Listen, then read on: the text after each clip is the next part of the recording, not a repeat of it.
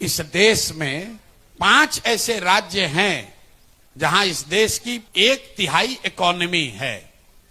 5 ही राज्य है जहां 1/3 अर्थव्यवस्था है। कौन कौन है? केरल, तमिलनाडु, आंध्र प्रदेश, तेलंगाना और कर्नाटक।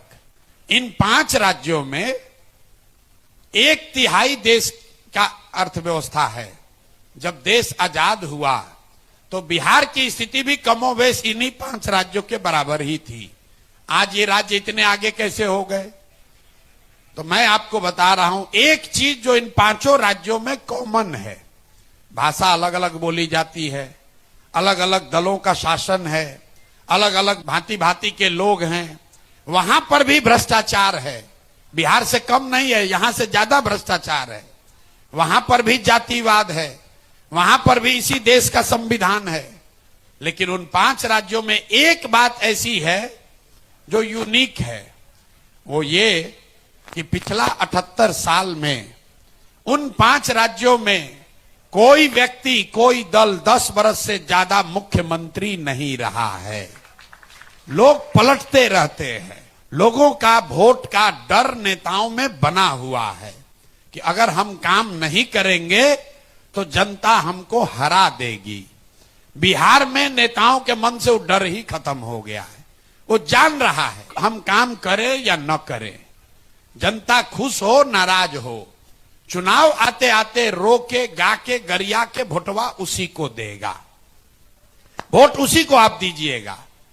तो लोकतंत्र को अगर आप जिंदा करेंगे तो जनसुराज हो या कोई दूसरा दल है, आपको फायदा उसका होगा। जनसुराज करे या न करे, आप अभी देख लीजिए। नीतीश कुमार वृद्धों को यहां पेंशन देते थे 400 रुपया। 20 बरस से यह व्यवस्था है। उस दौरान तेजस्वी यादव जी भी यहां पर सरकार में आए। वो 400 रुपया का पेंशन बढ़ के 410 रुपया नहीं हुआ। लेकिन आज क्यों नहीं हुआ? क्योंकि नीतीश बाबू को मालूम है कि जब चुनाव होगा तो चाहे जनता कितना भी नाराज हो जाए, हम जाकर हमको खाली कहना है कि भाई देखो लालू का राज नहीं आना चाहिए, सब लोग फिर वोट दे देगा। वैसे ही हालत मुसलमानों का है। लालू जी को पता है पेंशन मिले न मिले, मुसलमानों को जाकर कहेंगे कि भाई हमको वोट नहीं दोगे, भाजपा वाला आ जाएगा, तो ये लोग फिर जाके वोट देगा। वही नीतीश कुमार आज 400 का पेंशन आपको 1100 दे रहे हैं। अभी जनसुराज जीता नहीं है, जनसुराज ने कुछ नहीं किया। ये जनता का ताकत है, क्योंकि नेता जो वहां बैठा हुआ है उसको ये डर है कि अगर हम नहीं करेंगे तो कुछ लोग भी अगर निकल गए तो हमारी गद्दी, हमारी कुर्सी चली जाएगी।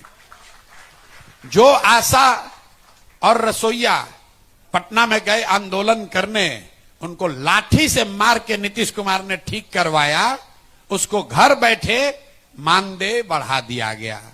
आपका बिजली का 125 यूनिट फ्री हो गया। ये जनसुराज ने नहीं किया, ये जनता ने किया है। जैसे ही सरकार में बैठे लोगों को ये अगर लग जाए, उनको डर हो जाए हारने का, अपने आप आपका काम होगा। और अगर ये डर खत्म हो जाए तो जनसुराज में भी जो जीत कर आएगा वो भी काम नहीं करेगा। ये मत समझिए कि खाली जदयू वाले गलत हैं, भाजपा वाले गलत हैं। अगर कल जनसुराज के लोग जीत कर आ जाएं और उसके मन में भी ये हो जाए कि हमको कोई हराएगा नहीं, तो हम भी काम नहीं करेंगे, जनसुराज का आदमी भी काम नहीं करेगा। तो इस पूरे अभियान के मूल में जो बात है कि लोकतंत्र को बिहार में जिंदा किया जाए। यहां 30 बरस से लोकतंत्र मर गया है। वोट होता है लेकिन राजनीतिक बंधुआ मजदूरी है। लालू के डर से मोदी, नीतीश और मोदी के डर से लालू। आप देख लीजिए सब समाज का हालत।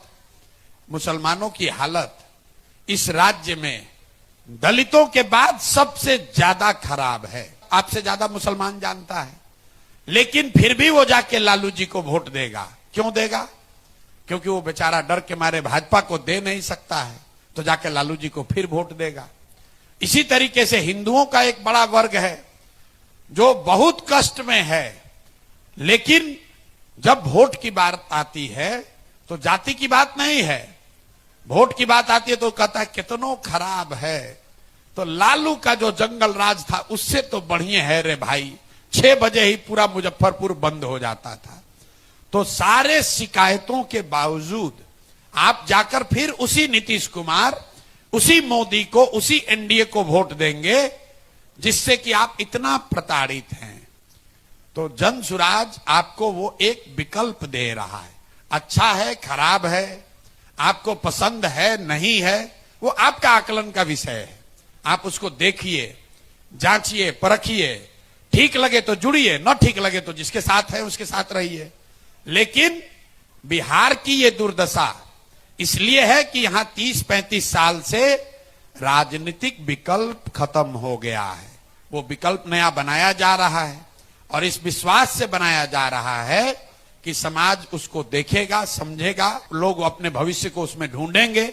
अगर हम लोग अपना सही काम करेंगे आपका विश्वास बनेगा, नहीं बनेगा तो भी कोई बात नहीं है। आपको जो अभी जिंदगी अच्छा लग रहा है तो इसी में जिंदा रहिए, इसमें दिक्कत क्या है।